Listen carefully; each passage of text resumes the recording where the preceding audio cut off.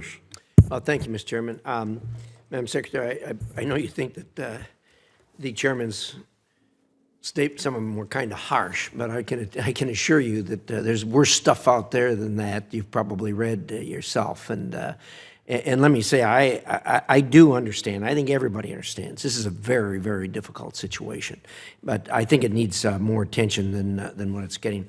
This morning, Foreign Policy published an article called "How the U.S. Fumbled Sudan's Hopes for Democracy," written by Robbie Grammer. Have you had a chance to review that? I have, Ranking Member. Yeah. Mr. Chairman, I'd like to submit that for the record, please. I think it's a good discussion of the issues and the problems and how we got here. To be honest with you, I don't see how we move forward with the current situation the way it is in Sudan with two warring generals. Now, most people agree that it's not a full-blown civil war at this point, but history tells us what's going to happen, and that is it's going to move towards a full-blown civil war. And of course, that country's in difficult enough straits. So let me ask this. And first of all, the Africa portfolio is a tough portfolio. There's no question about that. And there's all kinds of stuff that's got to be done. As you know, I've got staff that's focused on that, and they try to work with you as much as you'll permit. But this is an area that we have been focused on for some time, and it's just not working. And so I guess the question I'd have for you is, give me some hope here. I mean, I think sitting down with the two generals again, as we've done a number of times. We all look back to the time when our envoy sat down with them, and they promised nothing was going to happen. On the airplane on the way back, they found out that they were conducting the coup. So it seems to me that we've got to do things different than what we're doing. So give me some hope here. What are your thoughts about a bigger movement outside the box than what we're talking about, sitting down again and saying, will you guys be good guys? Oh yeah, we'll be good guys, and then away we go. Give me some hope. Well, thank you, Ranking Member. First of all, we can't get anything done in Sudan. We can't even restore a process in which civilians are participating until the violence stops and we get some aid in. So that's why these Jeddah talks are narrowly scoped, right? And you have to work with the guys with the guns. The fact that both of them sent delegations, that was not easy to get done either, and we're, as I said, cautiously optimistic that this first installment on getting humanitarian support in will allow us to get going in coming days. Then the ceasefire has to be more durable. We have the sanctions tool now that can allow us to continue to pressure them.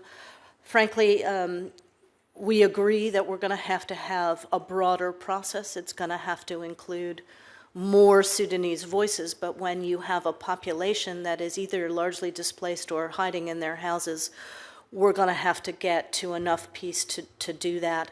The Sudanese people are the bravest and strongest voices in this. They don't want to live this way any further, and I would say that under Ambassador Godfrey and with the support of Assistant Secretary Fee, we have far broader connectivity and connection with voices throughout society who need to be part of this. And even from the talks in Jeddah, Ambassador Godfrey is staying in contact with Sudanese civilians about how we would move forward, make this tent bigger, support them with international assistance as well as carrots and sticks if we can get there.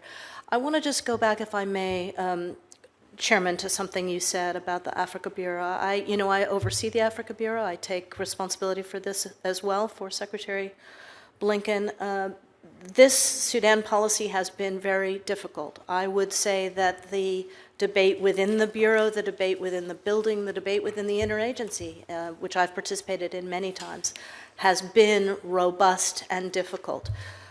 We have never taken any options off the table, but we were, as I said, believing that this framework that the Sudanese themselves put forward was making progress, and we had the sanctions at the ready if it wasn't. And then we had this choice by the generals. So I just want you to know that this is a secretary who supports rigorous debate inside the building, and I support that as well. And frankly, we've had it all the way through this crisis. So let me just underscore that, and we will continue to. As you know, he cares deeply about this one and is regularly bringing people up to hear different views, including through the dissent channel. Secretary, you yourself and the chairman underscored, and I did too, about all the problems in Africa and the difficulty there.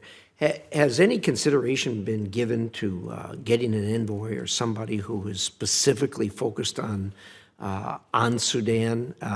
We had that before. That we all know that the ambassador was out of the country when the last blow-up happened. It just seems to me it needs more attention, more individual attention, because as you've noted, you got a whole lot on your plate, and so do the other people that are working in the at the Africa desk. What are your thoughts on that?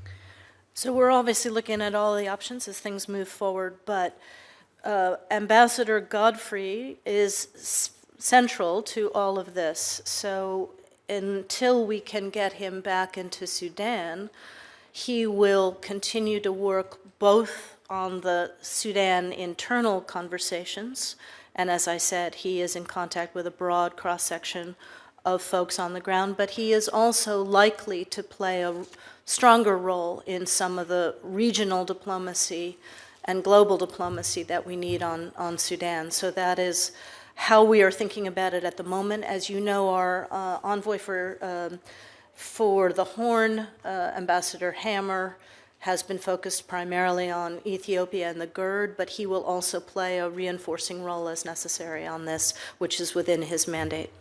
Well, thank you. My time's up. I'm going to have some more questions for the record. I hope that I don't have to wait till the leaves turn to get an answer on that. Thank you, Mr. Chair. Thank